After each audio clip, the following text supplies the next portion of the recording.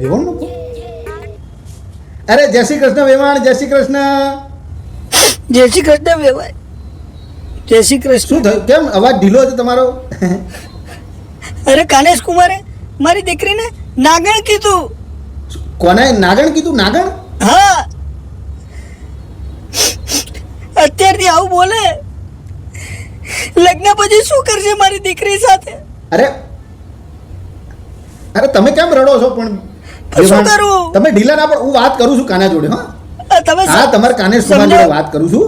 તમે ચાલુ રાખો, એક મિનિટ મ્યુટ કરું છું. ચાલુ રાખજો. હા, કોના? એ કોના? હા બોલો પપ્પા. તું આજે તારા સંબંધ કર્યો છોડી જોડે ફળવા ગયો તો, હા. તે તીને નાગણ કીધું? હા તે નાગણ કીધું મેં. પણ કહેવાય નાગણ કહેવાય? એ જઈ તારની છોડી રો કરે વેવણ ઢીલો પડી ગયો હશે. વેવણે રોવા જેવો થઈ ગયો હતો. કહેવાય નાગણ?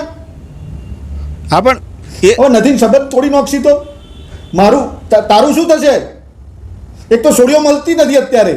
હોમો થયું શું પપ્પા, દહીં પૂરી મંગાવીને હા. તે એક તો એક પ્લેટમાં આવે મોડ 6 નંગ બરોબર, એમાં એક મી મોડ ખાધી અને એ બી 4 ખાઈ જઈને પાછી કે હું 5મી ખાઉં, તો મેં કીધું ખાઈ જા નાગણ તારે. હા તો આમ તો બરોબરથી કીધું છે, પણ શું કરવાનું? હાર જાઉં પગ ગોઠવું છું. જા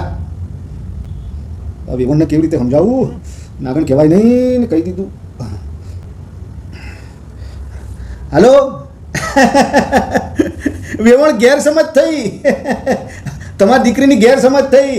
મેં કોનાને ફોડ પાડીને પૂછ્યું એટલે કોનો એમ કહેતો હતો કે ગણીશ નહીં ખાઈ લે, નાગણ ખાઈ લે. એટલે ગણ્યા વગર ખાઈ નાગણ ખાઈ લે. ગેરસમજ થઈ. હા, એટલે એવી કોઈ ચિંતા અમાર છોકરો તો બહુ